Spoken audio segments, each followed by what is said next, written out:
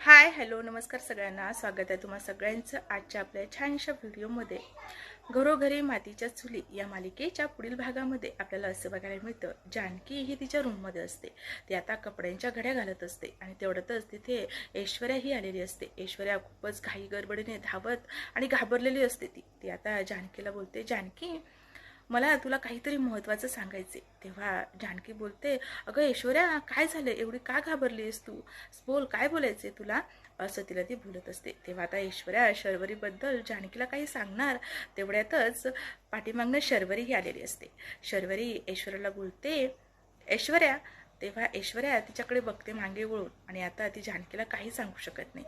आता शर्वरी ही जानकी आणि ऐश्वर्यासमोर येऊन उभी राहते. तिला बोलते, काय गं ऐश्वर्या, काय झालं, एवढी का घाबरली आहेस तू? काही भलतं सलतं तुझ्या कानावर पडलंय का? काही ऐकलंस का तू? काही बघितलंयस?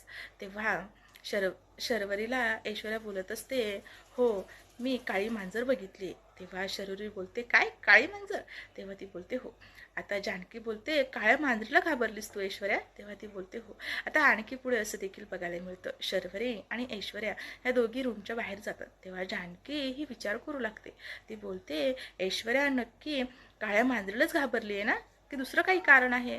तर असं काही इथे जानकी ही विचार करत असते. तर आणखी पुढे असं देखील बघायला मिळतं, ऐश्वर्या ही शर्वरीच्या रूममध्ये आलेली असते. आता शर्वरी रूममध्ये नाही हे बघून ती त्या संधीचा फायदा घेते.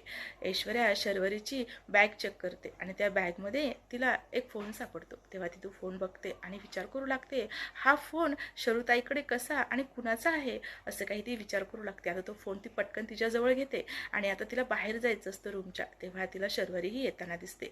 आता ती खूप घाबरते. तर प्रेक्षकांनो, पुढे पाहणं खूपच रंजक आहे की नेमकं शर्वरी ऐश्वर्याला तिच्या रूममध्ये बघते का?